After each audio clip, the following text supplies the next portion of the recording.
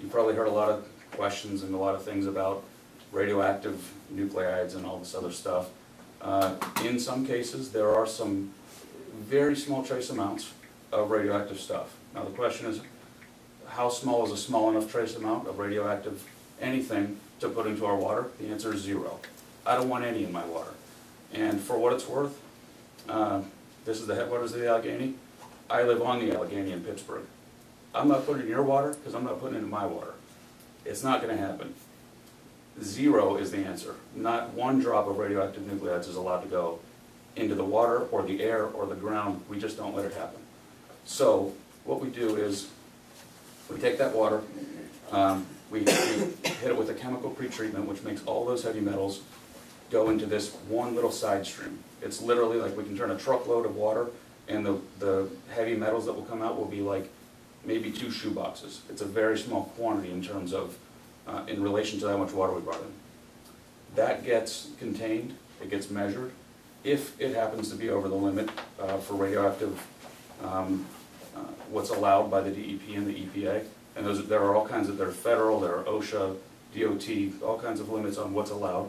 If it's over the limits, then it has to go to a specialized radioactive landfill. So far in the 5 years we've been doing this, we've never seen that happen. But if it happens, we're prepared for what would take place. And that would typically be, just for information, something like Utah, where they take spent radioactive rods from power plants.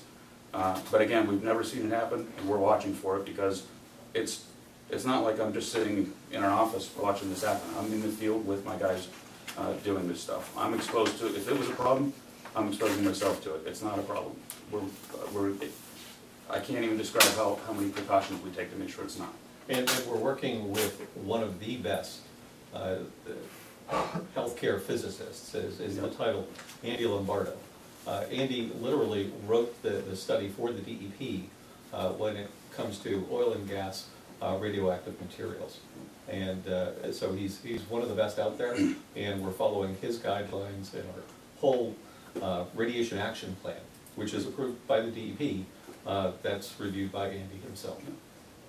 So we're going way above and beyond all the regulatory limits. We're way beyond that, because regulatory limits are one thing, but then there's our own ethical standards. And our ethical limits are, we think, a higher bar. So that's the heavy metal stream. Then what's left after the heavy metals are out is what we call clean brine. This is literally just salt and water.